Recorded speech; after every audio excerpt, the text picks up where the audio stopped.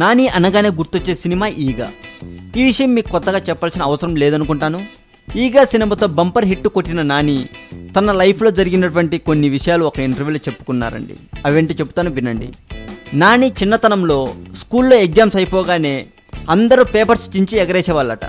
అలా బుక్స్లోని papers and question papers అలా కొంతమంది స్టూడెంట్స్ వాళ్ళ స్కూల్ బుక్స్ని చించి ఎగరేశారట.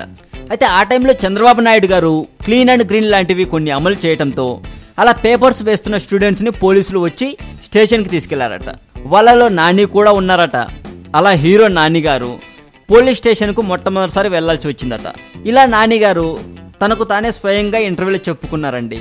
అంతేకాదండి, చిన్న వయసులో ఒకడిని బ్యాట్తో కొట్టాను అని కూడా చెప్పారు నాని గారు. హీరో నాని గురించి చెప్పాలంటే ఇంకా బోలెడని విషయాలు ఉన్నాయండి.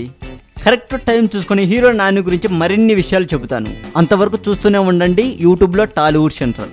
ఇక నాని నటిస్తున్నటువంటి కొత్త సినిమా జెంటిల్మెన్. ఈ సినిమాకి మోహన కృష్ణ ఇంద్రగంటి గారు డైరెక్షన్ చేయగా కృష్ణప్రసాద్ గారు ఈ సినిమాని నిర్మిస్తున్నారండి. ఈ సినిమా ఆడియో లాంచ్ ఈ మధ్యన జరిగిన విషయం తెలిసిందే. ఈ సినిమా రిలీజ్ కూడా దగ్గరలో ఉన్నట్లు సమాచారం. ఈ వీడియో మీకు నచ్చినట్లయితే లైక్ చేయండి, షేర్ చేయండి. ఈ వీడియో మీద మీ కామెంట్ కూడా పోస్ట్ చేయవచ్చు. మరింత టాలీవుడ్ సమాచారం కోసం సబ్స్క్రైబ్ చేయండి టాలీవుడ్ సెంట్రల్.